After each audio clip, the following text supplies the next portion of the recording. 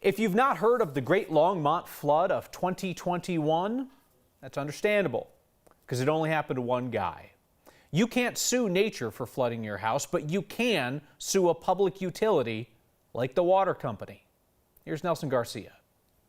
That's where the water comes into the water meter. What was supposed to be routine turned into a mess for Jeremy Berggren. 2 or 3 inches, the whole basement was full of water. He says when the city of Longmont came to replace his water It meter, wasn't done right. Berggren says the city worker caused a spike in pressure, which split a pipe on the water heater, Yeah, you can see how it's wet up there. causing his basement to flood overnight while he was sleeping. The drywall soaked up all the water and it's just crumbling at the bottom. At first, Berggren says the city admitted fault, cleaned up the water, and offered an agreement to pay up to $15,000 in damages.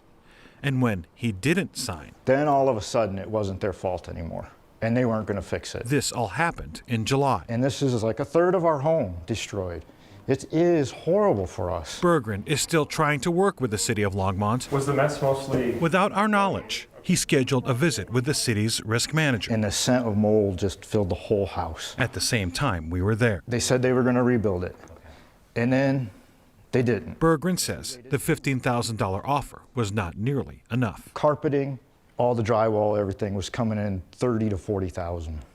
So we've asked the city for 47,000. The city of Longmont released a statement that reads in part, quote, "The city's process in these situations is to inspect the damages and determine liability and costs. Unfortunately, the homeowner did not allow the city to conduct a formal inspection of the home to assess damages until today."